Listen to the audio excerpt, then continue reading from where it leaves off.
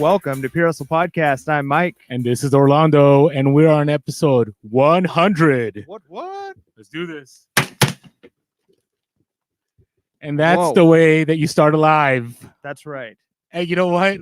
This did get everywhere, but it didn't get everywhere. Oh, it got everywhere. I told him ahead of time, like, the cleanup on this is not going to be fun. But hey, we did it anyway. So it's you only live once, right? All right. Now, are people watching? That's my concern right now. So, I'm sure people are. well, because I see our little counter there and it tells us 0. 0. See up there on the screen?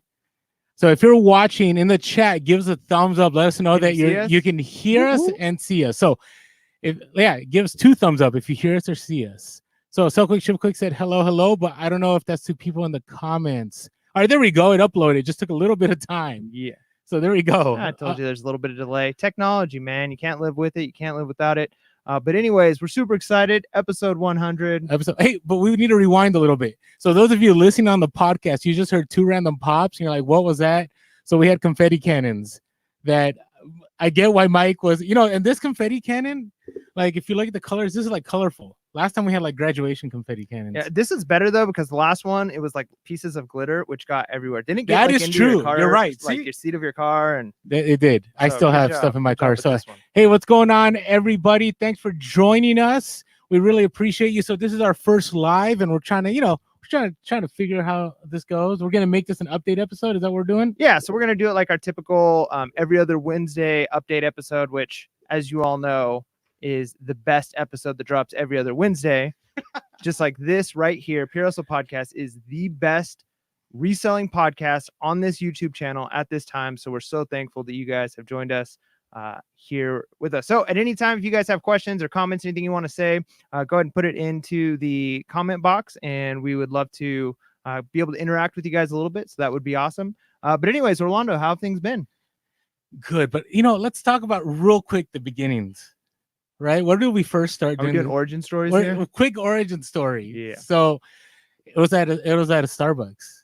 It was at a Starbucks. We were at a table. Yeah, we had actually talked about it a little bit ahead of time, ideas, things like that. But we're like, we need to have a sit down. So our business meeting, which, honestly, having a business meeting at a Starbucks or a coffee shop isn't that unusual nowadays. Well, right? The smoky man in the corner didn't help. Yeah, well, that's for a conspiracy episode though. Yeah.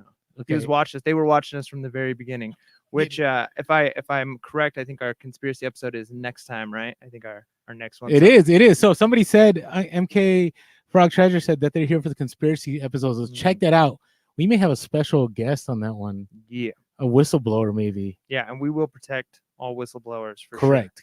We'll see how this goes. So, hey, by the way, so if you're wondering how this works, right now, Mike and I are feeling like we're just recording a podcast, but we have all you awesome people in the chat, and we appreciate all of you. So we're going to be doing the podcast, but we'll take questions. So if you have questions or something you want to know, drop it, and then we will answer them as we go along. So yeah, that's awesome. So going back to origin. So we met at a Starbucks, and first time we ever met.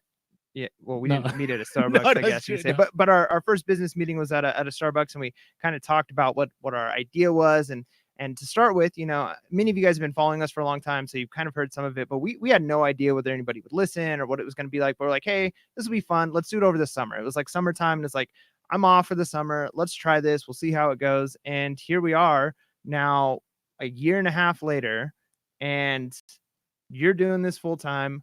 I'm doing it way more intensely than I thought I'd be reselling. And my wife is now staying home because of it, and she's basically a full-time reseller. So it's pretty amazing how much our life has changed. No, that is. And here's the thing. It's so funny because we're kind of like, let's do YouTube, but let's be different. Let's do the podcast, right? Yeah. And then we've mentioned this in the podcast before, but we had these 2 underground, not 3 underground. Was it 3 underground episodes? Yeah. That do we have those in the archives? No, it was so bad.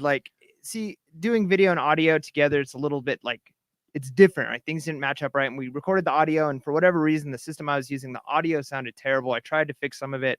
And so we re-recorded those first 3 episodes, and it was crazy because I had somebody ask me, did you guys really come up with real relevant reselling organically during the podcast? And the truth was, during our very first podcast, we did. Like, it just kind of came up. Well, I have to admit, it was in the back of my mind. Oh, I was just waiting for the time to drop it. I see. So it worked.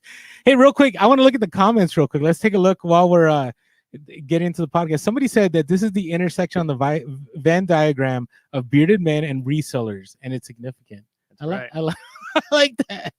So let's see who else. Hey, thank you so much, Modern Man Treasure, for comments. Oh, hey, what's going on, Seismic Sales? Seismic Sales, sorry. You're from San Francisco. I should know that, right? But it said, hey, love, hey, San Francisco. Hey, that's where I grew up. I appreciate that. Thank you, Cynthia Johnson from Tampa. Land Pickers, what's going on? Oh, pure hustle gate. Yeah. Well, there may be a hustle gate. I don't know. It depends. It's live. So whatever we say, this isn't like IG story that it'll disappear in 24 hours. We're actually going to upload this. Yeah. It's currently uploaded as we speak. So whatever goes down, goes down. Hey, thank you, Mary, for the congrats. Sacramento in the house. What's going on? We got people from Connecticut. Hey, by the way, all of you in England and the UK, like, sorry, you guys that we scheduled at this time. We're gonna make it UK friendly next time. Will we? But then would it be stateside friendly? It's gonna be UK friendly. You got some do I got some confetti? On your face. I'm working on it. Yeah, it's pretty bad. All right. So, hey, while we're doing this, let us know if you have any questions or comments. Hopefully we don't lose your attention, because, I know on the podcast, you can always, fast forward us, or like College Picker puts us on 1.5 times speed, 1.5 times, so I get it. Or you can put us into, somebody said his eyebrow, LOL.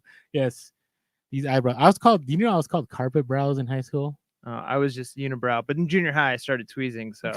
I fixed what are the odds that we both have big eyebrows? Hey, it's a thing, man. It's the intersection of reselling podcasters. That Venn diagram. There you go. But anyway, so what else we got here? What's been going on, Orlando? So it's been insanely busy. I will say, eBay has been. Somebody said off the rails on the comments, and I'm not sure if you meant off the rails like it's bad, like it's a wreck, or off the rails like sales are popping. That's what I'm wondering. So let us know what you guys think in the comments. Is it off the rails good or off the rails bad? But I haven't touched eBay. Like, today was the first time I listed something in 2 weeks, but I'm just getting consistent sales, which has been kind of crazy, because if you think about it, right? And we'll talk about some conspiracy episode. Supposedly to consistently get sales, you're supposed to be consistently list, but I'm not sure that applies on Q4. Are you getting some of that? Well, I mean, when we talk about the algorithm, I think some people have legitimate points when they make that the algorithm is part of it, right? Like, the idea of listing frequently is going to, I believe eBay is going to push your stuff a little bit more. However, if you've got unique things, if somebody's looking for a 1963 something another spoon, and there's only 2 of them on eBay, it doesn't matter whether you've listed in the last month or not, they're going to find it, right? So part of it is, what are the items that you have? Are people searching for it? Is it a saturated market? Now, if your only niche, I think, is in a very saturated market, then it's a little bit different, right? So if there are thousands of those items listed, then maybe eBay is going to give a little bit of preference to the sellers who are the most active, the ones that are going to be bringing them the most money in the long run. But I would say you've got to be careful to think that you have to be pushing these right buttons and doing these right things in order to get sales. Because if you've got the right stuff listed, you're going to be making those sales. Okay. No, I get it. I think part of it is, it doesn't matter, because if people want something, right, and it's unique and they can't get anywhere else, they're going to go after it. So right. We just got our first super chat ever in the history of Heroes of Podcast. So thank you, Melissa. Oh, she said, how have you been? Oh, they have a question too. So, hey, we would answer your question either way, but we appreciate the $5. Yes. So thank you so much. All right. So Melissa, who has been a longtime listener and a follower, says, how have you benefited from having a reseller permanent business license besides the tax benefits? $5 for the upcoming mixtape production. Thanks. Yeah. Hey, you know what? You never know. We may be dropping this on iTunes. We're waiting still. We want to get at least 1,000 views on YouTube. Yeah. Get a little bit more promoted and show some interest there. But that's good. I think asking the question of having the reseller. So of course there's the tax benefit, which that in itself is really good. Part of it too is just it's really required. You're supposed to have it. It's going to make it a little bit easier to deal with, your taxes and those types of things. But there are certain places that you can only shop if you've got a reseller license, right? Like, if you have a reseller license, it's going to open up doors to making connections with wholesalers. Certain wholesalers won't even talk to you. I remember I used to want to get into having my own website where I would sell I don't know, paintball stuff or Magic the Gathering cards or whatever it is, but you can't even find out what the prices wholesalers are selling stuff for unless you have that reseller permit. So I would say that is probably one thing. Do you have anything else? No, I agree. I mean, I just want to reinforce the idea that you should use tax exemption every opportunity you can. The only places that hurt you is places that don't like resellers. So you'll eventually figure out what those places are. The other one is, for instance, I was able to, on Amazon, get ungated because I was able to make connection with wholesalers, get invoices, but they required a seller's permit. And reseller permit, as not a reseller, it's called a seller's permit in California. It's absolutely free. You just signed up. Now, it's never free because you obviously got to pay the government the sales taxes come January. The controller will send you an email and tell you you must pay. And it's kind of an honor system. You know what I mean? A lot of people ask us questions. I know in California, the moment you sell anything, even if it's on Craigslist, they want you to have a seller's permit. So the benefit, I would say, definitely outweighs the negatives, especially if you're looking to scale. I mean, a lot of people say, hey, if you make under 20K, you don't have to report, blah, blah. But here's the thing. In time, there may be systems that they'll be able to catch up to that. So for me, it's, it's better to err on the right than to err on the wrong. And so my encouragement is seller's permit opens doors, like Mike said, and it's definitely an advantage. All right, got another question I'm going to put up on the screen here. Okay. So this one says, curious why you guys avoid shipping direct international. The value of global shipping program and its protection is definitely there, but it's also very expensive for buyers since adding direct, my sales have soared. So what are your thoughts on that? So here's my thoughts. So I know Jake Carlson, I don't know if you're in the chat, but I know he's giving me a little bit of, he's questioning me and go, hey, Rolando, why aren't you doing this? And number one, I am stubborn. I'll admit that. Okay. I'm real about that. But the other part is I like sleeping, knowing that the items that I sold global are going to arrive. And no matter what happens, I'm not going to get any negative feedback. And, if it gets damaged, I'm still okay. No matter what, I'm okay. And pretty much all my sales that go global are usually my higher end sales. I have some shirts that go to Canada, some Harley shirts or, some clothing, but pretty much every single item I have has been over $100. So give you an example, this past week, I had that 49ers jacket I posted on the Insta today that went global. Okay. I had other higher end clothing items. I'm trying to remember right now, but I've had shoes that have gone global. And with GSP, it gives you that super extra layer, right? And so that's the main reason for me. And usually the people that go global, you get a lot of people say, hey, we don't want to pay, it costs too much. I'm never a fan of buyers that complain about paying too much. For me, it's like, hey, if you aren't willing to pay up what I ask, then I probably don't want to sell to you because to you, it's not that valuable. I know does that sound harsh? I don't know if it's harsh. We got, looks like another super chat here. Another super chat. Oh, whoa. Okay. I didn't see that one. When will PHP do international first class? So yeah, I think that's kind of going along the same thing we're talking about. Oh, that's here. John. I just talked about you, John. I just mentioned you. But yeah, so I think too, and again, because I don't do it, I can't speak with a lot of authority here. I do think there probably is a huge benefit. I know that a lot of people, when they're trying to buy something GSP, they complain about the shipping price, because I do think it is more than probably you could get international if you do it yourself. Part of it is the convenience. Now, at least for us as the seller, depending on how you're shipping international, you might have to deal with like customs forms. And I know that certain providers will take care of that for you. But part of the nice thing is just the ship it to Kentucky. It's very cheap, especially if you're shipping a big item. If you're shipping to Kentucky because it's going to a business, the freight, the shipping is cheaper because they've got like a loading dock there in Kentucky. And I don't know if you've ever used FedEx or UPS in that way, but there's a significant price reduction for you as the seller when you're shipping to a business like that. So yes, you're probably losing some sales because it might not be as cheap for the customer, but the convenience, I think, is one of the beneficial things. Well, and I'll give you another example. I sold a train, no surprise there, because that's all I've been talking about probably the last 20 episodes, but it was a $150 piece that went to Germany. And I sent it, and here's the thing, it's a one of a kind, right? So if it were to get damaged or whatever reason the buyer didn't like it and they wanted to return it, I'm out the piece no matter what. Right? Once it's broken, it's broken. But with GSP, it doesn't matter. Once it gets to Kentucky, and all I had to do was put in a medium flat rate box, ship it to Kentucky, and I'm done. So for me, it's just the ease and convenience. Again, I'm not opposed to it. If you want to do it, I would definitely do it. I 100% believe I am losing out on sales. I really am. I believe that. So, all right. So somebody said I'm 100% GSP. Thank you, MK Frog.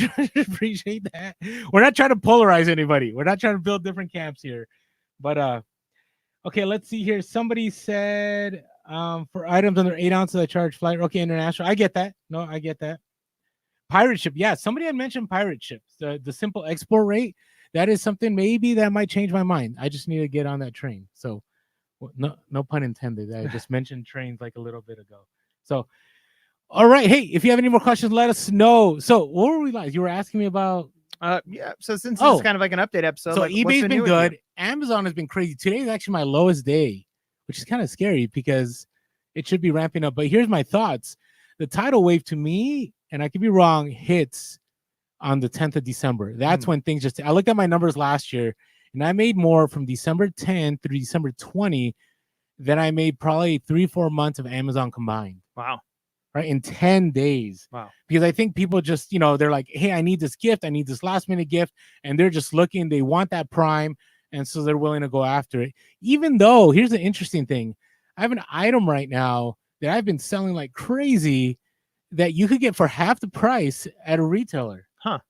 But they're willing to go to Amazon. Yeah, it's that ease and convenience, right? And so it's been really nice. So to me, I think these next 10 days, and we'll talk about this in a little bit, will probably be the biggest 10 days we've had. And, hopefully I'm right.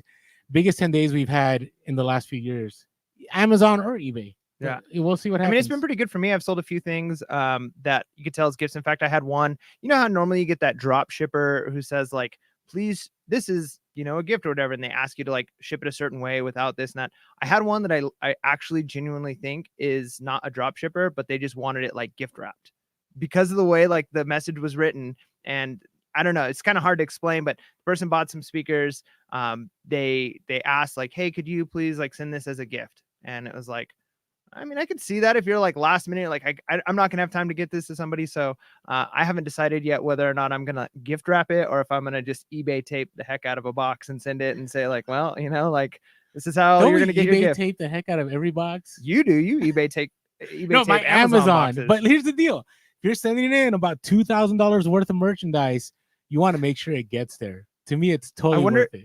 We should have like an Amazon. I mean, I don't do Amazon, so I don't want to do an Amazon conspiracy episode, but I wonder what they think at the fulfillment center when they get your box and it's just eBay. They're probably like scanning it and they're like, yeah, put this person lower in on that. I'm not the only one that does that.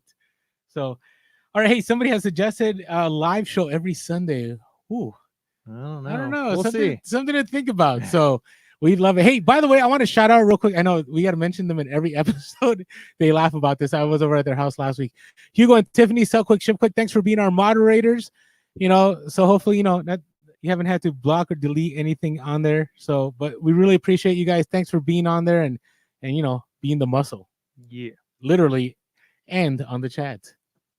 Literally, they are muscle. Like they're trainers, You guys are fitness gurus. So, all right. Hey, let's take a look at what's in the chat real quick. Hey, thank you, Ken Daigle, for joining us. Mara Tech 7, appreciate you. Hey, Big Drift. You changed your name. Is that because of me? Allison, did you change your name because of me? I just want to know. Let me know in the comments. So, is it because I fumbled it too many times? So she said, the only time I have damage done to my international items twice, it was caused by the GSP hub in Kentucky. I'm Team Pirate Ship all the way. Yeah, that is hilarious. Okay, you know what? Maybe I'll think about it. That's good. Cool.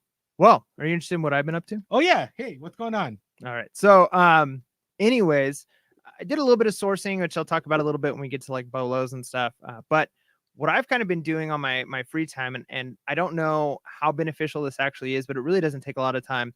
I found a website called remove.bg, and it removes backgrounds off of pictures. So I've been screenshotting the very first picture of every item, and it's taking a little bit of time, but I go through and I just upload that image, that screenshot, to this remove.bg, and it is so fast. Like it does almost a flawless job removing background. Just add a white background to it, and then I put that up as the first picture.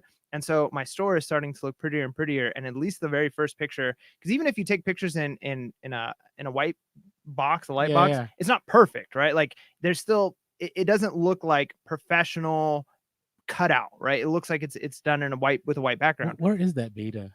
Just wondering. Hey, even without the beta, man, I'm telling you, remove.bg, it's really fast. I'm not a sponsor, but we'll see. December. That might help. That's the only reason I'm saying that. So maybe I think some people have the beta. Okay, well, we're not that important yet, but yeah. Well, but honestly, I'm glad that's been working though. Yeah, I mean, I'm going through my store and doing that. So I think, we got another super chat from Kent Dago. Thank you so much. $2 said 2020 is almost here. I am not ready for 2020. I wish Q4 would go another 3 weeks. Well, it is gonna go another 3 weeks. But I wish the momentum would go for another. It's gonna be sad. Like when things die down, I get sad. Yeah, I remember our kind of like New Year's resolution, as it were. And I know a lot of people are against it. We talked about that in our beginning of our 2019. But my word of the year was discipline. And I feel like, kind of having that, kind of looking forward to the year of like, okay, what is it gonna look like this year? And New Year's, no matter what you think about resolutions and how they can kind of fall off and stuff, but it is a good time. It's kind of like a milestone for people to say, what are the things I want to change? What are the things I want to do better? And kind of vision cast. It's a good vision casting time. So I think it's exciting for a new year, because then you could put Q4 behind you and figure out, what do I need to do to level up my my reselling for 2020, which is like probably the coolest sounding year ever. 2020. I think so. I mean, it's pretty sweet. Like if you're a class 2020, like 2020, perfect vision, like say. Yeah, class of 97 just doesn't flow. Class of 97? So that's how old I am. All right, somebody said the beta went with the ex-president. That's what I was thinking. Mm-hmm. That Devin took the secret plans and just left with the beta. So that's part of our conspiracy episode. Actually, I think we need to have a hashtag for the conspiracy episode that is hashtag Devin didn't fire himself. Why couldn't it just been bring back Devin? No, come on. Are you not involved in like current events? No, I'm not. Am I missing something? Sorry, yeah. I've been in Amazon Q4 land. All I've been doing is sourcing boxes. Those of you that follow us on Instagram, you know that's all I've been doing for like days on end. Hopefully somebody gets the hashtag Devin didn't fire himself. Okay. Little meme we got going there. Hey, somebody said we're young because they're from class of 94. Well, Miss Anona or Anonymous, I hear you. Hey, Big Drift, thank you for confirming that you changed your name just for me. So I think we owe her a shirt. We'll talk behind the scenes. Oh, and $1.99 super chat from Allison, big_drift. Ooh, she said, Orlando's trim that beard font. Yeah, I look, here's the thing. I don't even think it's the length so much as the issue. And I haven't talked to you about this, so I hope I'm not offending you. Okay. But like, I think you should, if you're gonna do it, go full beard. Not good. Just do full beard. No, it would look so good. Because I'm a bigger dude. Full beard. Like, okay, but you can keep it trimmed. You can keep it neat down the sides. I don't know. I do look a little Marxian. Let us know if you guys agree. If full beard for Orlando, give it a shot. No shave 2020. No, this is my wilderness beard. This is kind of like I'm going through life. I'm still trying to figure things out, even at 40 beard. And eventually I'll figure it out. Your beard is getting out of control, man, and you stroke it a lot. Thanks, Melissa. Hey, that's coming. True. I mean, I'm thinking people about see it. Okay, hey, you know what? It is what it is. Full wizard status. Thank you, Upstate Picker. I appreciate that. Yeah, see there, Mike knows. Hey, I'm just trying to follow Mike. So braid it. Yeah, I don't know. I did braid my goatee back in the day. I did that. I think I was 21. I had my 64 Impala. Those are different days. So anyways, I'm not doing that. All right. Okay. So, hey, let's cut some random stories here for a little bit. Okay. So you go first. I don't have like any great random stories this time around. It's been raining a lot here in Southern California, which is really a bummer because I love to go to garage sales. And this year I decided, and I saw a few other people have said either in our YouTube comments or on our Instagram that they're kind of the same way. I'm just not buying into or at least it's not my style this year to do the crazy retail arbitrage. I'm just not doing it. I want to keep doing the type of treasure hunting I'm doing. So because it was raining and I couldn't go to garage sales, I decided I was going to hit up thrift stores, and I wanted to have extra family time. So instead of going like really far and hitting up a bunch of thrift stores, I just did the one local one. Like there's only one within like 20 minutes of us. And I went there and man, I cleaned it out. Like I left with bags and it was raining. So I'm like holding my umbrella and all these heavy bags. That's the only one local to me too. Good for you. Yep. So if you want to go there, I cleaned it up. Clean it up. Somebody said I need to start riding a Harley. I have thought about that. I'm not sure though. I do have plenty of Harley gear though. That's for sure. Yeah, you'd be good to go. I'm good to go. I have a full wardrobe of Harley stuff. So, all right. Hey, so I get no, and you know what? I did think about it. I had a moment this past week where I thought, what if I just didn't do any FBA and I just cranked it on eBay? I don't know.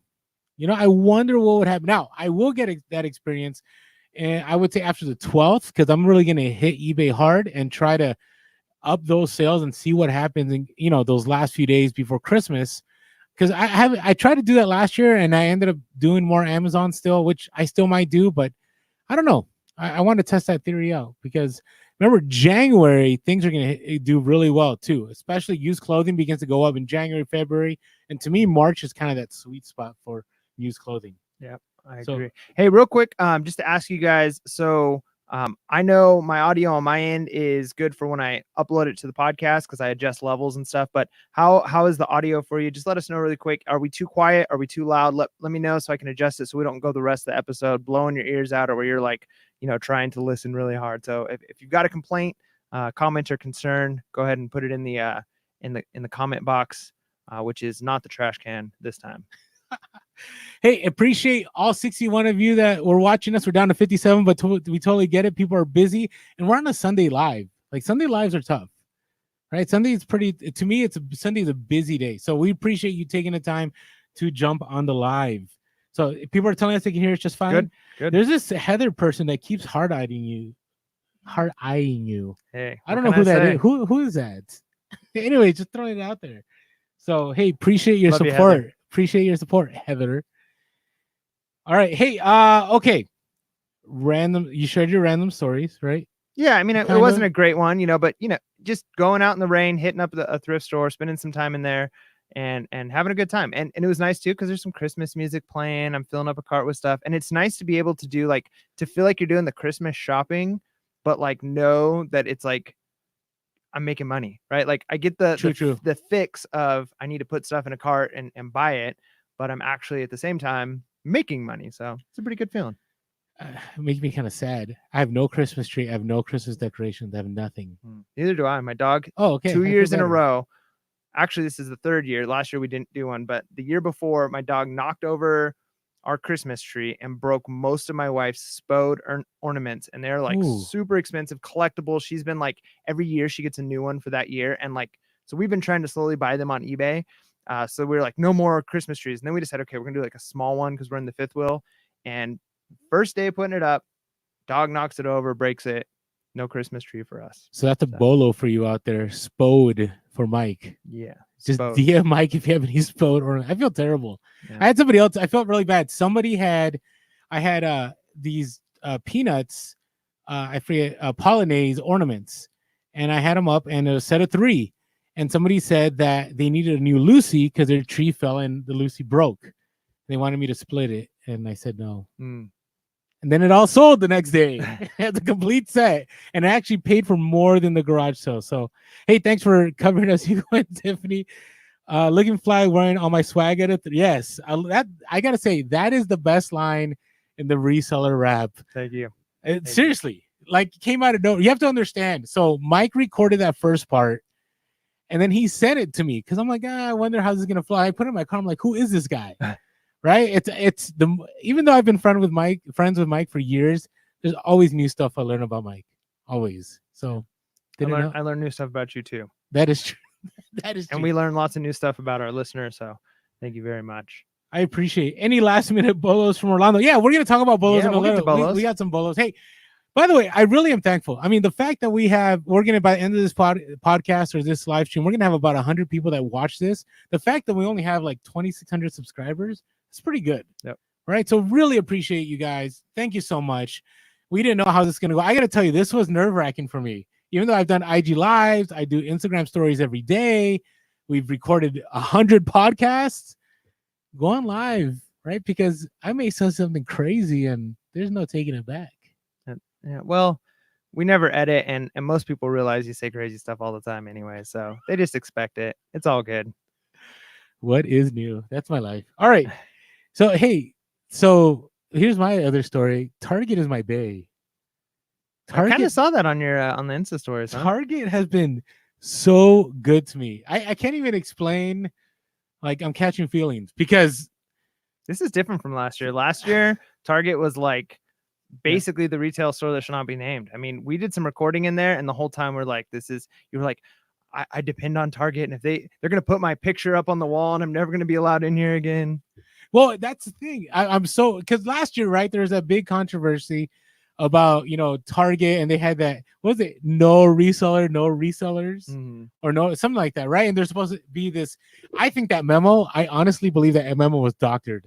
I don't. That's conspiracy, but I don't. I've asked so many people. I know people that work in Target, and they've never seen anything like that. So I'm You not. mean not everything on the internet is real? True facts.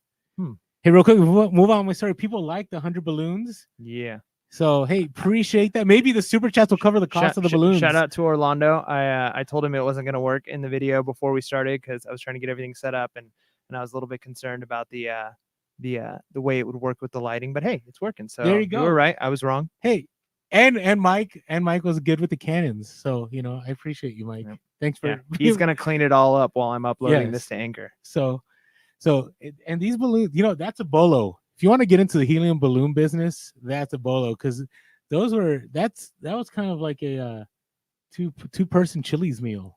Is there okay, two things that reminded me of. One, there might be like a used, what are they, Mylar balloons? Yes, correct. Like that might be a market for you. Like just find all your friends, collect their used because they can be refilled. I think I'm pretty sure, maybe not, okay, all right. But some of them can be refilled. But anyways, and maybe this isn't the right thing to talk about on this podcast. But I was driving the other day. I'll have to put the picture up on Instagram if you find it appropriate. But I saw a sign that like somebody hand wrote on, so it wasn't like a professionally done sign, and like one of the numbers was like crossed out and like rewrote it on there. But it was, "Will pay cash for diabetic strips, testing strips." Is that a market? It is. It is. Yeah. No, people make money on that. You think it's not legit because it's usually like in market, like a 3-year-old, right? But exactly. No, there's people that buy them and flip them. Yeah. That's kind of crazy. So, okay, going back to Target. I love the comments on here. People talk about bolos. I got people talking about fingerlings, Monopoly for millennials. I will say, I can't do it. Ooh, he's holding out. But there's something from the past that's out there. Anyway, that's all I'm gonna say. That's only if you caught the live. We're gonna delete it from the live. Oh, we can't. Nope. It's up there. That's as much as I want to share. All right. So here's the other thing I wanted to talk about here was Target. Okay. So somebody had mentioned they don't like people that clear the shelves. I think that was Ken, and I could see that. But here's the thing: I haven't experienced any of that. Like I've gone to stores, and I'm like, "Hey, it said at the other store you had 21 of these. Do you have those?" They're like, "Yeah, I'm back." And they asked me, how many do you want? And I just flat out said, I want all of them. They're like, okay, just go to the back. Boom. Before, and I have IG stories from last year where they would go, I can maybe only sell you 6 of these. We want to make sure, right? We want to make sure that all customers have access. And there's actually signs in the store. I've noticed all those signs are gone. Like they were there, I want to say back in early November. And then this last, few days, I've been at Target pretty much every day.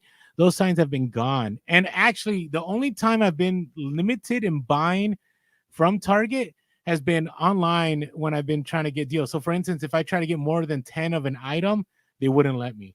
But if I purchased them and checked out and then came back in, I'd be able to do them. So there's a tip. Hey, there's still stuff to source out there. Yeah. My wife just had a negative experience at Target. Not like a big deal, but one thing that I've noticed, especially in this time of the year, they stock a lot more, right? But man, I guess they were so bad. Like there were aisles, full toy aisles. She couldn't even get down and they wouldn't move stuff out of the way. And it was like, well, I guess I'm not shopping today because she couldn't get to the thing she was trying to get. So kind of Ross feel. Yeah. I mean, it was intense. Like they were stocking, they would like, she'd be looking at something and they'd push the cart in front of her and like start stocking stuff.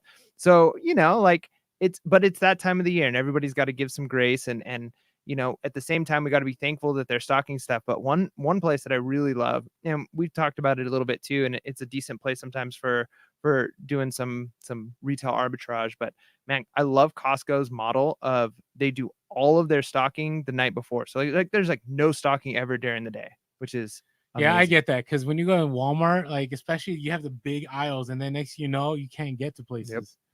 So that's good. So the other thing I wanted to talk about too was I know some of you caught this in the Instagram story. So if you haven't followed us on Instagram, we're on Instagram and Facebook and TikTok as Pure Podcast. Check out our cringy TikToks if you haven't had a chance. Yeah, they're cringe. So yeah, they are cringe, but it's all good. It's all good. Except for the ones I'm in. And those are fly. They're fly. Okay, Which my is computer is cringe. going crazy. It just tried to open a Skype. And What are it you shut doing over down. there? I don't know what's going Why on. you All right. Who are you Skyping during our live over here? What's up with that? All right. So what ended up happening is I go to the Target, and you saw this in the Instagram story. The elevator was shut down. It's a 2-story Target. The only way to actually the elevator was working. The escalator was broken, and you couldn't go up unless you went to the elevator. There was like 100 people literally waiting, and I'm just standing there. And the manager looks at me, looks at my son, and goes, "Hey, come with me." I don't even say anything. Did you catch this in the Instagram stories? So he takes me to the freight elevator in the back. Nice. So we're just chilling in the back of Target, like with employees in the and we actually went to the bottom level first, saw the basement full of inventory. And I've worked at Target before, so it wasn't like I wasn't like Disneyland behind the scenes, but it felt special. And thank you, whoever you were, that manager at the Target in Mission Valley. Appreciate you. Yeah. Shout out to the unknown manager. And my son enjoyed going on the freight elevator, so we take it to the 3rd floor, and they're all good with it. And I'm telling you, every place I've gone to, like I've tried to return stuff that was damaged. Like I came home, I'm like, oh, this damage has been multiple quantity, and they've accepted it. So I'm not sure what's going on, but Target. Now, I will say Walmart has been terrible. Not in the sense of the customer service, but their shipping. So Hugo knows what I'm talking about. I had one order of this bolo. I ordered 10 of them, and it's no longer a bolo right now, but it's probably going to be a really bad buy. We'll see how things turn out. I canceled it, and Walmart wasn't supposed to get it to me till the 10th of December, which today is not the 10th, right? Yep. Today's the 8th. That's right. It arrived because I was going to Sell Quick Ship Quick's house. It arrived at their house on the 5th. Wait, so you're upset that it arrived early? I'm upset that I canceled it. Then I'm upset that it was supposed to arrive on the 10th, but then it arrived earlier. Like at least on the 10th, I could have had some lead time, you know what I mean, to figure out what to do. No, it just randomly showed up, right? Somebody put, I thought he escorted you out. I could see that. Somebody like, you've got to leave, sir. You're doing too much shopping. Speaking of Target with that, one thing I don't have the exact numbers. I may have mentioned this on a previous podcast, but Target like far surpassed, at least from what I understand, almost every other retailer in their ability to grow during this year. It was like a 93% growth or something insane like that. And they had this motto during that, and I might be getting this wrong, but it's something to the effect of it was changing while performing, or something to that effect. It was like remaking themselves while performing, because it's like you can't stop your business. But if you notice, a lot of Targets have like changed the way they look, and so I wonder if some of the changes they've made that have allowed them to grow has been kind of this less of a negative attitude towards resellers, and just let's make sure we have enough stuff stocked, and if people want to come in and buy it all, let them buy it, and we'll get it stocked better. So maybe they're getting inventory quicker. They're not worried about selling out of stuff, which it's clearly helped. Whatever they're doing is helping. So this is kind of our reseller topics in a little bit. So we're just gonna be all over the place because we're on a live. But so one of the articles that came out from the Motley Fool, is that what it's called? Right. And they had said that Target and Walmart are definitely competing with Amazon this Q4, and I'm seeing that happen. They said, especially Target with their drive up. Have you seen the drive up? Yep. Like, and you always hear like these car sounds. That means people are pulling up and people are delivering. I think that's what it means. Maybe I'm thinking things, but basically Target had its best online performance, I think, ever, and Walmart too, and they're growing. And so I can see that because I keep talking about Target, but things I'm sourcing, I'd be at one Target and I'd request to buy it because I know it's a hot item, and probably in 20 minutes my items are ready, and I show up and they're all there. It's been very few that I show up and Target stuff was not available. So I don't know. I mean, There's Latin pickers make upset because it arrived. I wanted to say something, but I'm like, no, it come arrived on. early. I'm upset that it Can you showed believe up. that? It arrived before they said it would, and it was cheaper than they said it would. This is unacceptable. I had to show up to Walmart with this coffin-sized box full of this mega bolo that isn't a bolo. It's probably going to end up a huge loss for me. And I had to go, yep, I'm returning all these. Okay. Now, granted, I had to check my ego at the door, but I don't like doing those kind of things. Right. And now Hugo and Tiffany have 2 huge boxes stranded somewhere in LA at their place that they're going to have to hold over until I show up and I figure out what I'm going to do with those. Yeah, that's inconvenient for sure. So, show. All right. So, anyways, come on, let's take a look. Is there any questions on there before we move on to our next topics? Let's see. I don't see any specific questions. So yeah, if you guys have like a question, let us know. Maybe Hugo and Tiff over there. Somebody said NorCal meetup. I don't know about NorCal. We can do SoCal. Yeah. NorCal gets a drive. It gets tough, but we have had people. I'm sorry. Maybe what it might just be me. Is that okay? Can we split up PHP for a meetup? So you guys heard it here first. Orlando's looking to break off from Pure Hustle podcast, and he wants to do his own thing there in Northern California. No, I have family and friends, so chance of me being in NorCal are a lot higher than you being up there. Correct? I can see that. Yeah. So I don't know. We'll see if that happens, but we are planning a meetup. Don't know about Vermont meetup. Somebody said Vermont meetup. Now you guys can. I would love. Listen, if we're ever in Vermont, we'll do a meetup because that would be a monumental event. Because I really don't go to the East Coast much. So that would be awesome. Now, we want to do a SoCal meetup, probably do a March again, probably like last year. Yeah, I'm not sure the exact time and date, but yeah, that was a ton of fun, right? We did that. I think, give us some ideas. Last time we did it at Red Robin, we just kind of had, dinner and hung out, which was a lot of fun. I think it'd be fun. I don't know if it would work with a huge group, but like just to go do something crazy like bowling or something and just, something that's kind of social, it's fun, it's not necessarily connected to reselling, but allows resellers to get together. And that was what was cool about our last meetup was we talked reselling to an extent. Like when you'd sit with somebody, you could talk about reselling, but it was amazing just how just having something in common with somebody like that allowed you to talk about other things too, right? Like your kids and your family and what you're doing and all kinds of things that weren't necessarily reselling. It wasn't like we stood up there and did like a lecture on reselling, but that was definitely one of my highlights of the year. I think we'll do it now. We always want to provide everything free, but I think if we do something like that, we'll probably have to charge just to cover the cost because most of those places you got to pay up front, right? Because they want to make sure that they're still getting revenue, even though, in case there's no business at night because we take over. So I don't know. Yeah, I like bowling. I like the idea. Well, I know other resellers have done bowling. I know there's axe throwing, but I don't know if that's an event you can all hang out together. Yes, let's do it. Let's do hand axe throwing. All right, Hugo, you know what I'm talking about, so take notes. So, no, that was a great meetup. Love that meetup. Hey, thank you. So we're at 65. Even though people left, some other people showed up or came back. Yeah. Hey, so there's this Heather person in there that says she would love to be in San Francisco and maybe even go to Alaska for a meetup. Yeah. So it'll be me, you, Heather, and Allison in Alaska. Let's do it. And I'll bring my kayak because Allison at Big Drift Thrift mentioned taking a kayak trip up there. I'll have to drop kayak weight. Hey, you got to have a goal, man. Make that your Tommy Boy status. If I go make that your 2020. Make it 2020. All right. Hey, somebody said, can you make it a segment called Pure Hustle or Pure Orlando Hustle? Oh man, I don't even want to think about that. Bowling for bolos. Bowling for bolos. That's nice. Yeah. If you get a strike, we'll give you a bolo. All right. Hey, here's another thing. So another reseller topic. You call it reseller news. So did you know eBay is selling StubHub for $4 billion? Whoa. So that's a big. Who's buying it? It's some group. I don't have it. I'll pull it now the question though, is what's that going to do to eBay? So I mean, that's obviously going to be a huge influx of capital, but they're also losing some capital in the future capital, right? Whatever StubHub.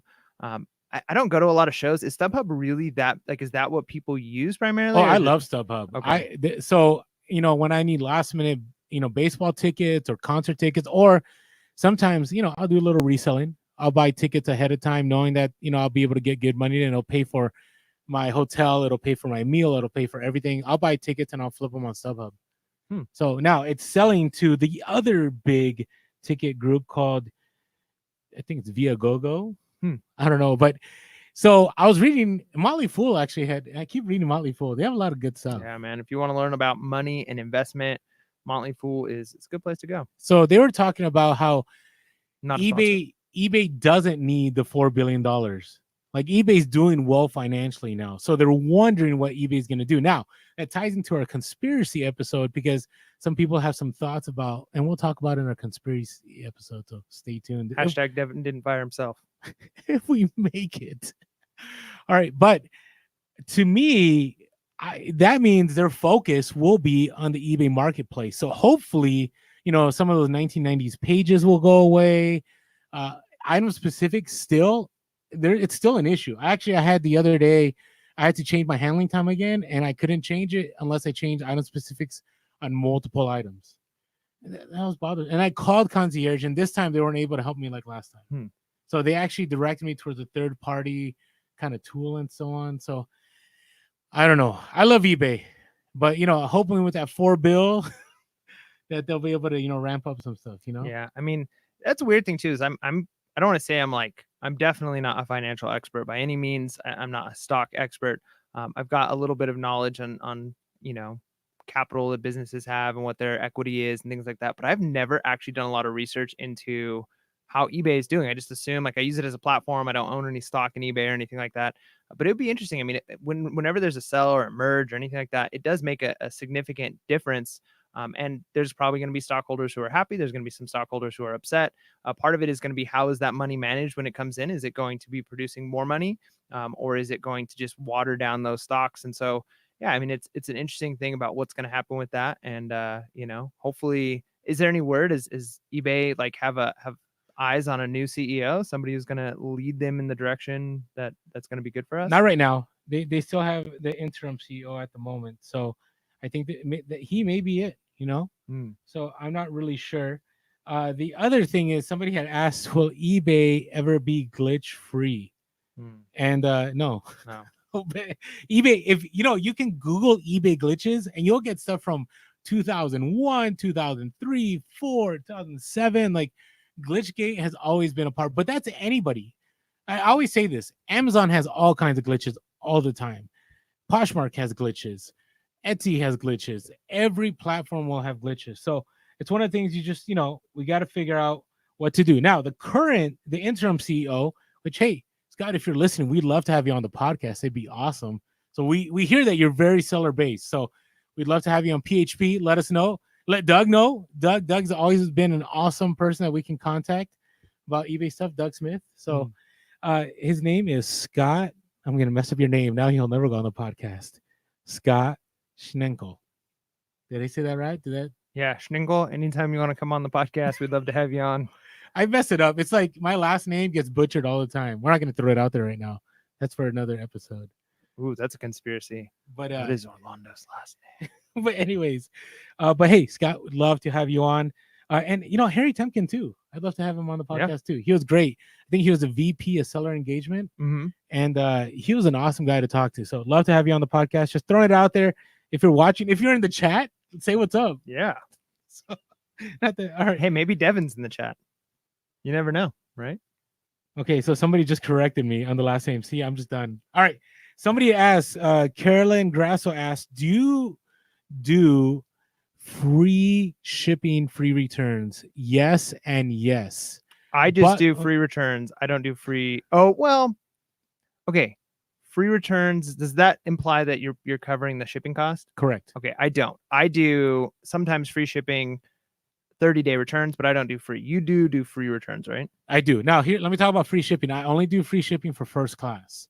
And that may be changing just because first class is almost at the rate of priority mail when it gets the higher weights. It's about, 5 something, which you can go padded for, 733. So it's getting up there. So I may go to charging shipping on everything, but eBay keeps saying that it pushes you higher in the algorithm. So for me, that's what eBay says. I want to get higher in the search. They don't say algorithm, they say higher in the search, but that's what I want. As far as free returns, I do because I want my buyers to feel the safety and the comfort of knowing, hey, if they buy something and it doesn't work out, they're not going to get charged again to ship it back. So that's why I do it. And, a lot of people fear this, and Mike will agree on this part, that, when you turn on that free returns or when you turn on returns, that it doesn't change how many returns you get as long as you're sourcing the right items. Did it go up for you? Yeah, our returns did go up. Real quick, I'm going to talk about that, but I just want to say K-Way Shop mentioned bought some duck decoys in a estate sale today. They're from the 1980s. Yeah, duck decoy life for life. Nice. Oh, and that was Wayne. Yeah. He wanted to let us know that that's his YouTube. Yeah. So, welcome. Okay, talk to me about your returns. What happened with your returns? So, kind of two things on this idea of free returns, or just returns in general. To start with, and I think there's a progression. Like some people, they already have the business understanding of how eBay is going to be. And for me, eBay started off as a hobby, not really a business. And so the idea of returns was just like, nope, I don't want it. Right. Like, unless like I messed up, like if I told them it was something it wasn't, like I'll do a return if something was broken. But I'm thinking like, I'm not going to just be somebody's like, loan program where they can just borrow something for a little while and then send it back to me. And then I started to realize, okay, I need to make more sales. And there were a few times when I wanted to buy something on eBay and I would see sellers and I'd always choose the one that had returns or free returns, right? Because to me, yeah, it's not just the safety thing, but it's I guess it is the safety thing, right? Like if this doesn't work, if this isn't the thing that I want it to be, I can return it. And I haven't returned any of those things that I bought that way. But then it got me thinking like, okay, I'm doing this as more than a hobby now, so I need to do returns. Plus, you get buyer protection. You don't have to do free returns in order to get the buyer protection. You just have to do the 30-day returns. But I would say I have gotten more returns. I've gotten more things that have gone out and come back. However, the increase in sales that I've had since kind of switching to this model has more than compensated for that. So it's worth it. All right. Yeah. Now, John Carlson brings up a good point. He says on here, you need seller paid returns to get that top seller plus, right? So, and I agree. I'll even pay for a return even when it's their fault.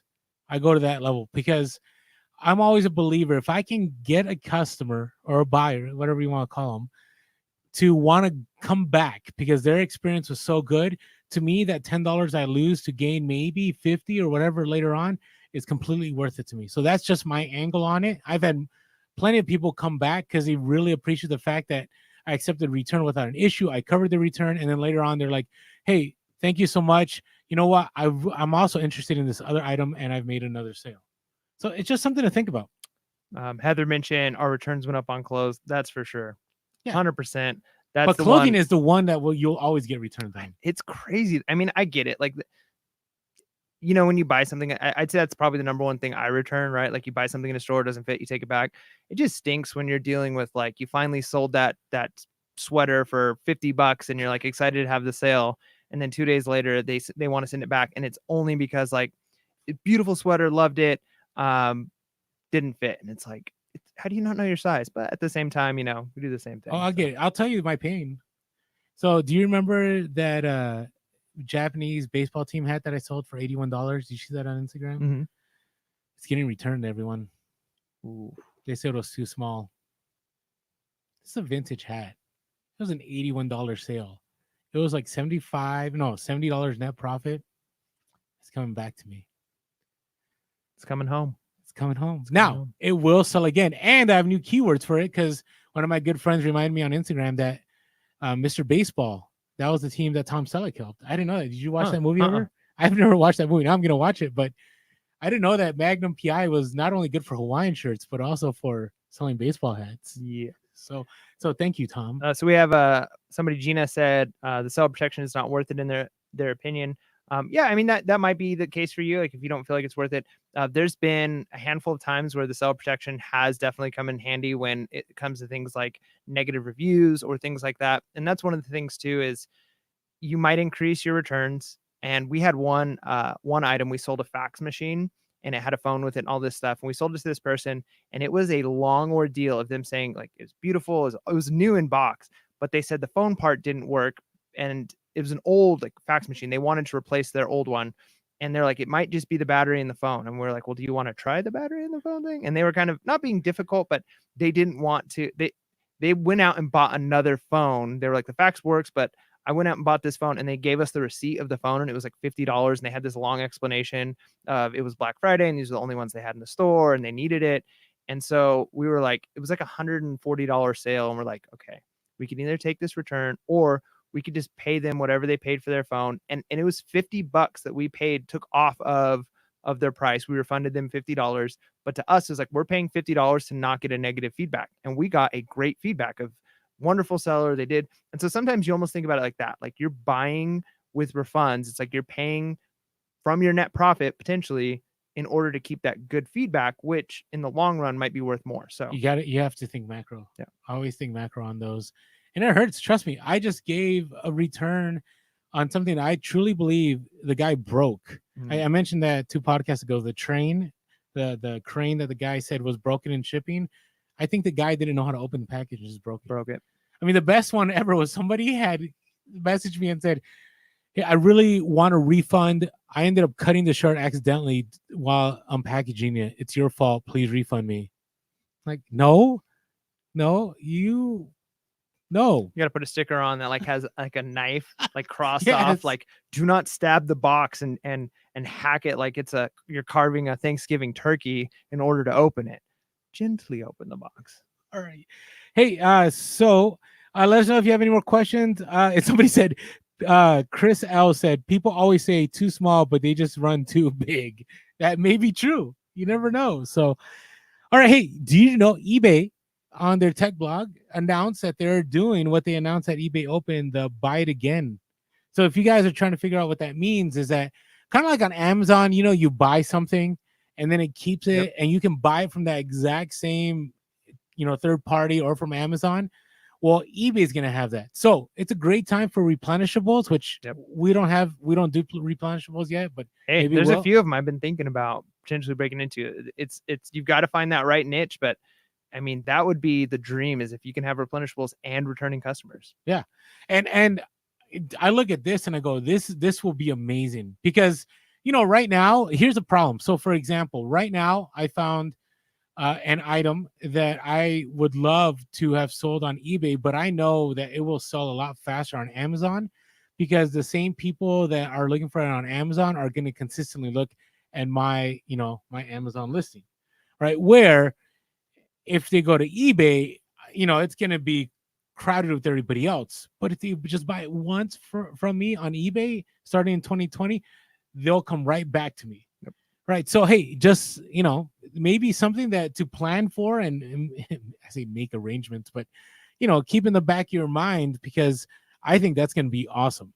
And maybe it may not be just awesome for replenishables. It may be awesome for other type of items. Like, let's say you during a certain time of years have seasonal stuff, or maybe you have certain kind of attire that people need. You may be that go-to person they keep going back to. Yep. Instead of just searching or using the left scroll bar, they just go to buy it again. Yep. That's good. So we got Mountain Man Treasure said, found one today, Michael. Appreciate near complete dark tower. Ooh, that's I don't know nice. if I appreciate it. I'm a little jealous. I'm not. My envy is really big right now, because that is like the holy grail of board games. Congratulations. I'm proud of you. You did it, man. You made it. You can, if you want, you can just donate it to Pure Hustle Podcast, and we'll play it live on the air, and it'd be great. I've never played Dark Tower. I haven't seen that. Have you seen a live Dark Tower in person? Not in person. No. I've never seen one in person. So hats off to you. That is awesome. All right. The last thing I wanted to talk about seller protections, because this actually happened. So, we've talked about before about don't ever change the address when people request, like, for instance, somebody buys something, then they message you after the fact. They're like, hey, can you change the address and send it here or whatever? You're not supposed to do that, right? eBay policy says that they won't protect you, and PayPal will not protect you if you do. You have to cancel the transaction, have them change it on their end, and then repurchase, which is a huge hassle. But I'll give you an example of why it's worth doing. So today is December 8th. On December 6th, I had a case open on PayPal. Get this, for an item that a teacher bought for a classroom back in August. And they claimed it was an unauthorized transaction. What? Okay, now here's the crazy thing. Few things here. Number one, this is a teacher. And I know because of their email address. It was the .edus, whatever, you know. Mhm. Okay, so number one, okay, this was it was a STEM robot. Mm. So it was for educational purposes. Number two, you bought this in August. So you obviously bought it for school, right? I'm an administrator. I know these things. I was a teacher. I know these things. Number three, you bought this in August. Why are you opening a claim on me? Did they not like put in their check request and get reimbursed? Like, I don't know what the deal was. But let's say, for example, this teacher had said, you know what? Can you send it to this address?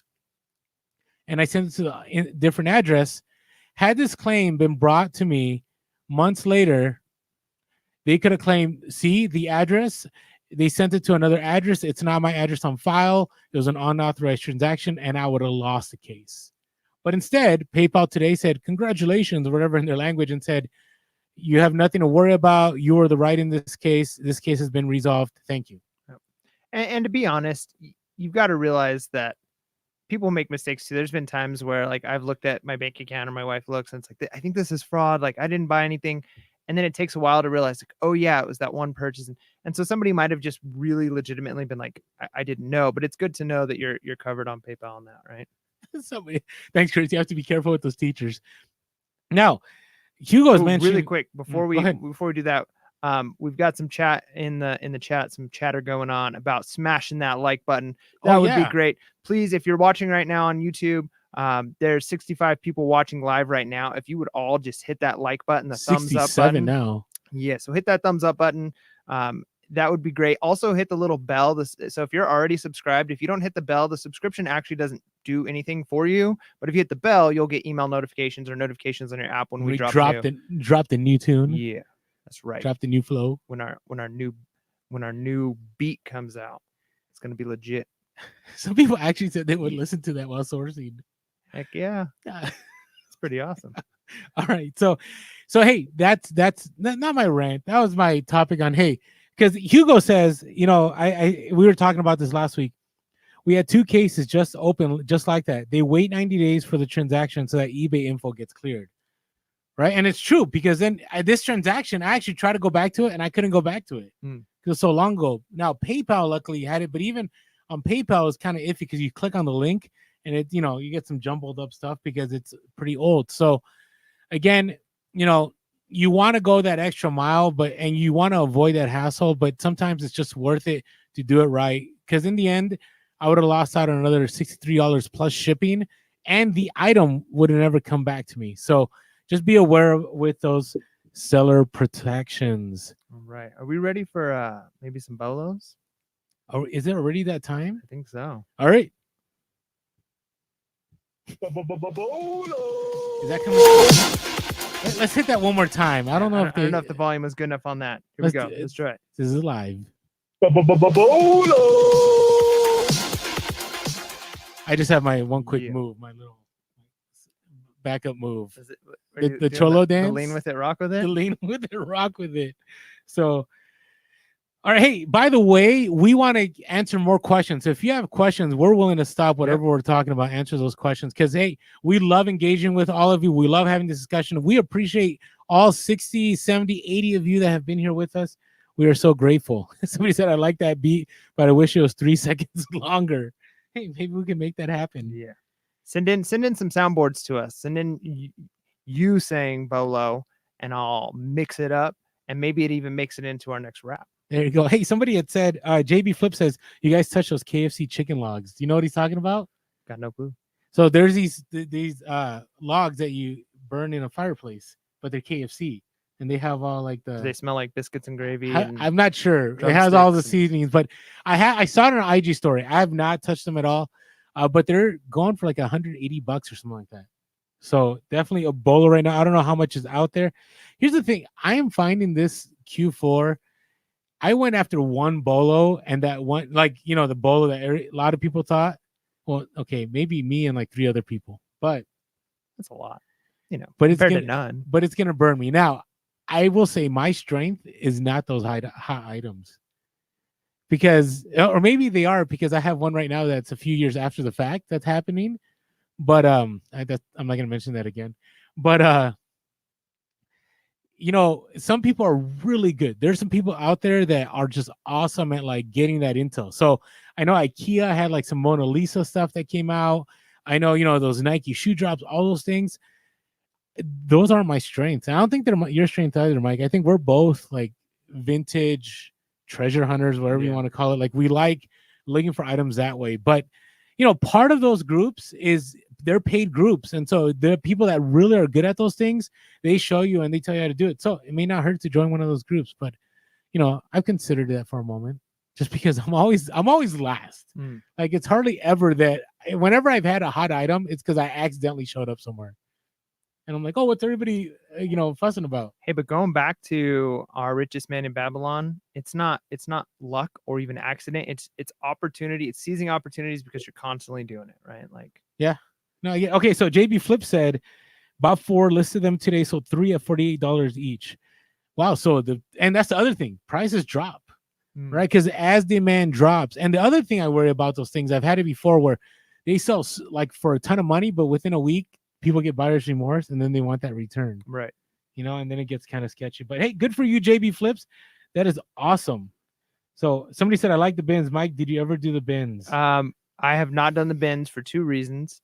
The first reason is just timing wise and my location. It's actually not that close. And it's terrible here. Yeah. So Orlando has scared me away from the bins by giving me horror stories of our bins. Now, from what I hear and what I've seen other places that are amazing. So I'm not saying that the San Diego bins are bad because I'm sure that I'm saying they're bad. Okay.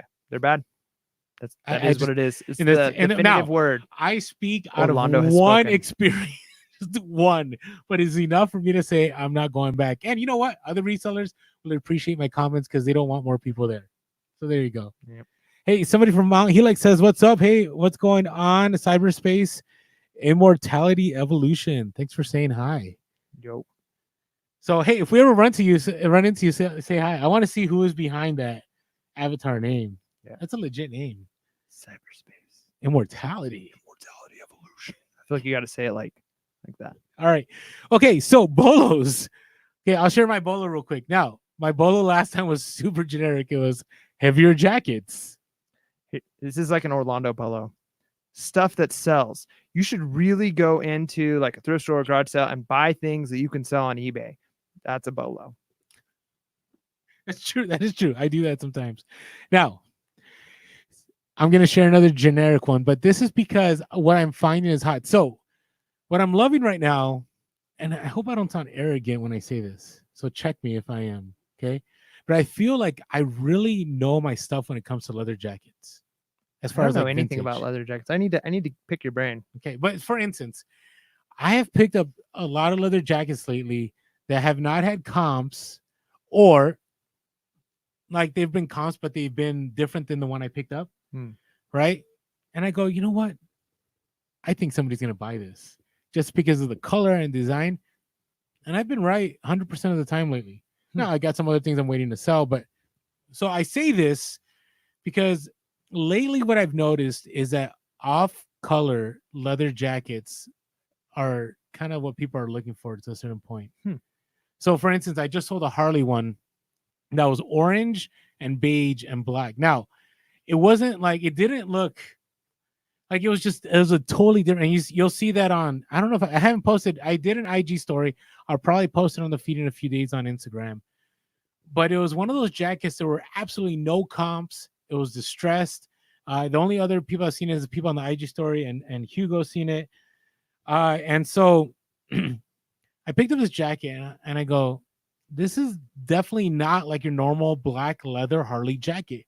And I think this is going to sell. And sure enough, it took, 2 or 3 months, but it sold. I picked up another Polo Ralph Lauren leather jacket. Totally unique. No comps. Still haven't found any. But it had like this tiger, and it had like orange, kind of like if they're directing traffic, kind of orange on the sleeves. Like reflective. And, yeah, it's kind of reflective. And it wasn't like a riding jacket. And I paid, I want to say, I got to look up the IG story, but I want to say I paid $25, and I sold that one for $200 the other day. Right. And I also sold another jacket, like those football jackets that have like vibrant colors, like those sell too. So keep an eye. Like sometimes, we always say ugly sells. usually it does, but not always though. It has to be the right kind of ugly. Especially if it's sweaters. If it's around this time of year. Yeah, true. But don't always look for those black leather jackets. Look for those different color, vibrant leather jackets, because kind of like the 80s and 90s trend, I think it's back. It's back with football stuff.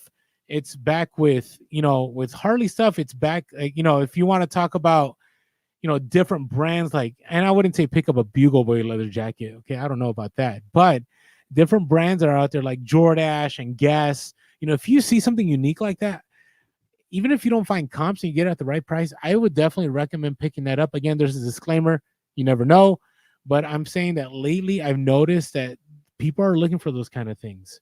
So that is my out there bolo. I like it. All right, hey, there's somebody said something interesting here in the chat. There you go. Got a little Einstein's rocket ship at the bins and just sold it for $125. Yeah, I put that up on the screen a little bit ago. What? Little Einstein's? That's a hustle of the week. Take a rocket. Anyways, I know the whole song because of my kids. I don't know. Are people like who? Okay, but do people still watch Little Einstein? I guess with Disney Plus, Little Einstein's is coming back. Hey, I don't know. Old is new, man. Do you know what you know what Little Einstein's is? No clue. Okay, yeah, your kids, your son was born like 2 years ago. Yep, mine's 8. So okay, all right. Bolo. Okay. Do you want to share yours? Let's read another comment. Here's one. Mom jeans and members only leather jackets rock for sure. Yes, show. Mom jeans are definitely, and I've kind of seen that like jeggings and leggings are kind of going away now. Anyways, but I'm not a fashionista. Yeah, I mean we're seeing a move back towards like the 80s, right? As far as like the or 90s. I'm sorry, the 80s was a few years ago. Do you remember the SNL mom jeans commercial? Oh, it's so good. I wish we could play it. It is incredible. If you've seen that one, do some laughing emojis, because that is one of the best SNL ads. I'll have to watch it. But yeah, so 90s stuff's coming back. I mean, pretty much if you want to know what's in, go watch Saved by the Bell or Baywatch or whatever, right? And the clothes that they're wearing, they're not wearing clothes on Baywatch. I don't know. I mean, you know what I'm saying. Well, Saved by the Bell, we'll go with that one. All right. I feel like, I mean, it was crazy because it wasn't that long ago when I was still working at a high school. Now I work at a junior high, but I was working at a high school and we went on like a senior trip. And because we were a uniform school and everyone wore uniforms, like I didn't get to see the fashion that kids were really wearing, except for like socks. That was how they expressed themselves. But then when it was like free dress and the things they'd wear, I'm like, you're like wearing fanny packs and literally dressing like it's the 90s. Like it's crazy that that's back. But so yeah, keep an eye out on that. I mean, it's great for resellers when old stuff like that comes back, because that's the stuff that's just like crazy in thrift stores, except for people start going, you see kids going to thrift stores until it becomes popular for new companies to make those. Nice. Somebody just said, who is that? Somebody just said they know. Oh, Gray D says, LOL, Orlando, that skit is hilarious. That it is. And I'm sure it's on YouTube somewhere. Somebody just said, just found a Baywatch crew jacket at the thrift. I've seen those. I wonder if I should have picked that up. I don't know. I've seen some of those on there. So I didn't know if it was like generic. There's a comment in here that I really enjoyed that I wanted to share, and I can't remember. Oh, somebody did ask, what is the number to call to leave a voicemail for the PHP phone line? Hey, so real quick, it's 619-738-1170. It's 619-738-1170. I've already shared with you guys that we're on social. We're also Cast on Twitter. Down below is a donation button, but you don't need to worry about that. You can just drop us a super chat if you want. Thank you to all of you that already have. We really appreciate that. But you know what? We always want to give you guys free content because we appreciate all of you. Now, in the future, we may do some kind of free. Just, hey, you want to help us out membership? We're not going to provide anything extra. We're going to keep providing free. But if you just want to support us, we may have that in the future. Yeah, we're kind of thinking and this is just rough. We need super rough. We're going to be having Mike gave me the look. Like, what are you talking about? We're going to be having like a sit down kind of 2020 vision. See what I did there? 2020 vision nice. For Puros Podcast. But yeah, we're thinking of like doing a Puros Podcast partner program where if you sign up for it for like a monthly just donation to help keep us going, we'll give you like an initial, like here's like a really cool mug or a shirt or something extra that just says thanks for being a partner. But our goal is to not have like not Kickstarter, but to have a Patreon or something where if you pay extra, we'll give you extra. We want, if we get enough money coming in, that we just give extra. Like, we're just going to give everybody extra. We want to keep providing better content, more content, and we don't want anybody to feel like you have to pay to get it. But if you feel like you've received some value, we truly, truly appreciate you. With those donations, that support, that sponsorship, that really helps. Also, leaving those likes, hitting subscribe, hitting the bell button. And especially for the podcast side, going on to iTunes, leaving us a review. Those things are even more than money, help us out. So we really, really appreciate that. So very different model, very unorthodox. Our goal is to continue on with our mission statement to help you level up your standard of living and not take away from your standard of living. But as your standard of living goes up, help us out on that journey, and we'll help more people keep leveling up. We never want to be those people that say, hey, here's a course, or here's, not that there's anything wrong with that, but that's just not our thing. So we just want to always be free, always. And so if we can pay it forward through you guys paying it forward to us, and we can pay it forward to others, that is our ultimate goal. Somebody here asked, do we respond or recognize emails? We do. Emails is probably the slowest one to us for us really to get back is. to. Yeah. Just to be honest, we love the phone calls. We try and play those on. I wish we got more. Is that somebody that emailed us and we haven't got it back it to? really I hope could be. not. I'm sorry. Emails are hard because it's our Pure Hustle Podcast email. Every time we get like a YouTube subscriber, or every time something happens like on the like, we get so many emails that aren't listener emails that it's difficult to like filter through what's what. So we do respond to them when we can, but social media is sometimes a little bit quicker, and phone calls are obviously great. So thank you for that. I love Joshua Bergen said it's like public radio. Let me get that tote bag. Nice. Somebody here put, I've gotten 2 cha-ching since you've been on. Would it be a problem to stay on all night? Hey, this is a conspiracy, right? When you're listening to Pure Hustle Podcast, you just make more money. That's how it works. There you go. Hey, thank you both. Thank you, Joshua, for your comments. And PHP, we could, Rally Roots has their like, reselling tote. Maybe I have some plans in the works. It just, all these things take money. That's the only problem, right? Because you got to private label them, and then you got to, sort it out. But we do have more merch coming in the future. We just want to make it the right merch. We still have our shirts, which we need to restock. We've just been super busy. We actually had somebody buy a shirt the other day. Did you see that? Yeah. So appreciate all your support. Thank you so much. So, are you ready for my Bellow? Oh yeah. We're having such a great time with the audience. I just was kind of like, I can feel like we're at dinner. You see this? You see this right here? This right here. Wait, I want to see the store that shall not be name tag. That's what I want to see on the other end. There you go. Boom. 2 pieces. Here's the other one. Bam. Anyways, when I was at the thrift store the other day, at the store that should not be named, I was almost done. I'm looking through, and you had actually said something to me when I first started reselling, and you made a comment about bookends, and for a while you did pretty good with bookends. I did for a while. Yeah. And so I don't normally pick up bookends. I don't even normally look at them, but there was a handful, and I don't even normally look at books. But because I was trying to clear the store out, I'm like, I've only got one store. I'm going to scan every square inch. So I looked at all of the books. I'm trying to find like any textbooks or anything. And I picked up like 3 or 4 books that are going to be able to sell and make, $5 to $10 profit each, which is nice, right? Like when it's just like, oh, easy money. And I see these bookends, and there's actually like 3 or 4 different bookends that were there, but I see these ones and they just look so cool because they're like a book, right? Like in a book. And they're heavy. And I picked it up. I'm like, wow, this is like solid brass. Like this thing is heavy. And the brand is PM Craftsman. See if I can get that on the screen there. Maybe not. It might not focus. We go. PM Craftsman. I looked it up, and these are selling anywhere from like $40 to $50 or more. And I paid up a little bit for them, but it's just one of those things. Like this is something that I think a lot of people would sleep on, not even look at, especially because these types of things sometimes end up in like the knickknack area. And when you're dealing with tons of mugs and tons of random stuff, you often don't even look there.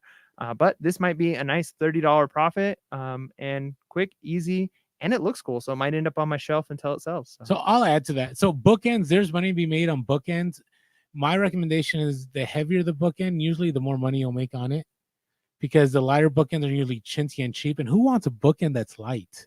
Yeah. Right? You're going to put your books and it's just going to slide over and get destroyed. And here's the other beauty of bookends is that, if you have a library, you can just keep them in your library till they sell, right? So you can utilize them at the same time. But I felt like bookends was going to be my niche, like back in the day. Like I kept selling it, and then I just kind of slowed down. But yeah, I haven't looked at them in a while. But if you find the unique ones, you get them at the right price, and they're heavy, it's definitely worth it. Hey, how's it going, Martha? Thanks for joining us, Martha Walters, longtime supporter of PHP from day one. So appreciate you getting on the live. Appreciate that. Hey, somebody had asked about Lightbox. So we're not trying to be scammy, but but the Lightbox we use is actually in our link below. It's in our Amazon affiliate link, which we'll make a few pennies on or dollars. I don't know what it is. But we actually own 3 of those. Yep. You have 1 and I have 2 of those. Actually, I own 3 of them. You own too many light. You're taking like a lot of pictures. No, once, I had right? 2 helpers. That's because I had 2 helpers at one time. So they each had their own light box, and then I had my own. So I only have 1. I'm down to 1 helper now, and I have those 2 light boxes. So your employee, you just got 1 employee now. No, I moved on. So it happens. But anyways, what I was gonna say is those are the light boxes that we use, and they're great. They've been awesome, sturdy.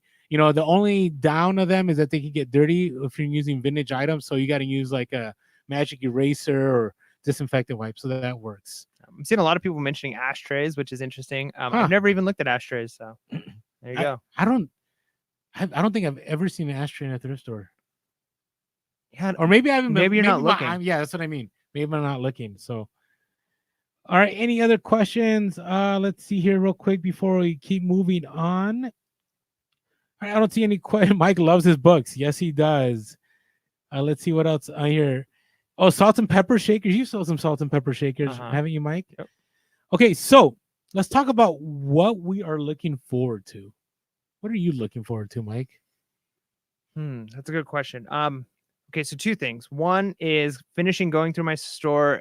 If you weren't listening at the beginning, I started going through and replacing the first picture of all of my items with a complete cutout picture. So what I'm doing is I'm putting the image onto remove.bg. So it's a website, and it's so easy to do. And there's only been like a handful of things where it messes it up, and you can kind of fix it. Those ones I've just been like, whatever, maybe I fix it, maybe I don't. But it's almost instantaneous. It picks out the background. I take it in the light box, but then for the first one, I'm removing, and it's just making the front of my store, the facing items, just look that much better. So until we have that, beta remove background that eBay's talking about. So I'm looking forward to just getting that done because it's kind of easy. It's actually kind of therapeutic to it's like a few buttons to push and then re-upload. And then the other thing I'm looking forward to is I want to go through my inventory. I've got over 500 items in my store now. And congratulations, by the way. Thank you. That's huge. Yeah, I mean, it's been a little while. Yeah, it's been a little while that I've been at 500. I didn't mention it. There's sometimes I even still feel like a little bit like I'm doing a podcast. I should be so much more than that. But with the style of selling I'm doing, it's fine. Like 500 is good. So I've been at 500 for a few months now, or a couple of months now, and one of the things that I want to do is I want to go back through and look at all of my inventory, because once you have that many, sometimes you forget what you have and what you paid for with things, and some things are sitting and maybe prices have changed and I'm priced too high and I'm not competitive anymore.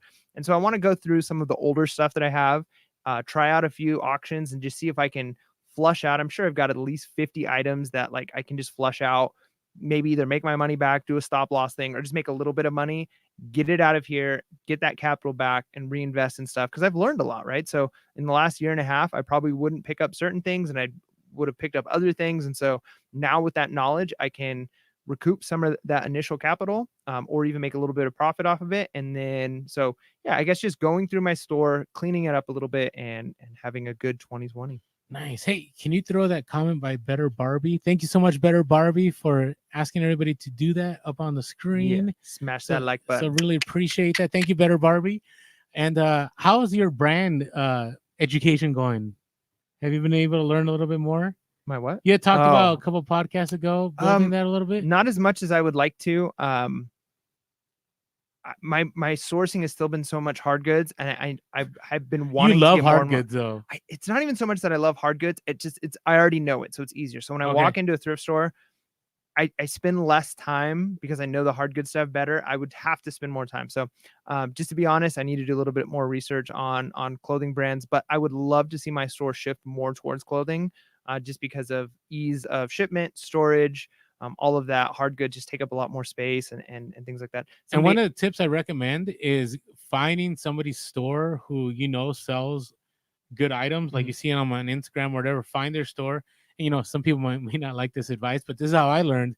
And I just followed that store, and I would every so days I'd go check their sold and see what's sold and see how much it sold. See what they're picking up. Yeah, I mean, there's no better way than kind of imitating the best, right? And doing what they're doing. And so, yeah, I mean, we already do that when we're researching. We'll filter things. And so, yeah, if you have a few stores that that, hey, this person is successful, especially with the type of selling we're doing, it's not like we're just picking up like you said, Nike drops or whatever, right? Like you have to still go out and search for it. Oh, it's tough. It doesn't matter. Like people all the time go, hey, Orlando, and we don't share our store publicly, but let's say somebody were to share mine, find mine and see my solds, like it wouldn't bother me because getting some of the items I'm able to come across, like they're very rare. Right. I mean, not super rare, but the knowledge is useful, but it's not like an instant, they're going to crash the market. Yeah, so, correct. Yeah. Somebody asked what was the name of the app that I'm using for those picks. It's not an app. It's actually just a website. I use the website on my phone. So I do it all on my phone. I snapshot the picture of my, of the item, and I kind of crop it down. And then I go to, it's remove.bg. And like, not a sponsor. I'm sure there's other sites that are better or just as good. That's the one I'm using. And you just click upload item, and it instantly, and it's almost flawless. Like I said, it goes through and it scans the picture and it shows you, and then it creates a cutout of the picture, like a PNG. And then I just add a white background instead of it being because if you upload the PNG onto eBay, it'll have a black background, which is not what you want. So I have another picture that's just a pure white picture that I use as the background, and it helps a lot. Nice. And there's other stuff out there. There's PhotoFuse, and there's other apps too out there that will help you do the same. So, and hopefully eBay will eventually, beta stop with the beta and just roll it out to everybody. So I'm looking forward to that. Everyone who buys from me, I look to see if they have items for sale and look at their items. Very interesting and useful. You know what? That's great advice. Thank you, Carolyn. Yeah, definitely. Or Carolina. Hopefully I said it right, whichever way I said it. But yes, I've done that. I've done that myself because, actually the other day, Hugo will testify to this and something we should quick, that he had an item that he had put up and somebody offered him 50% and it was a nice item. And he looked at what that person had, and sure enough, they're a reseller. They were probably trying to buy that item to flip it, right? So that does happen at times. So, all right, what are you looking forward to? More FBA shipments. Are you looking forward to more FBA shipments, or is that just what your life looks like going forward? So I'm loving the hustle. Like I love it. Like I'm exhausted. I'm tired. I'm beat. We have our live, which I was looking forward to all day. And I'm kind of sad that, in a few minutes we're going to be done. Yeah.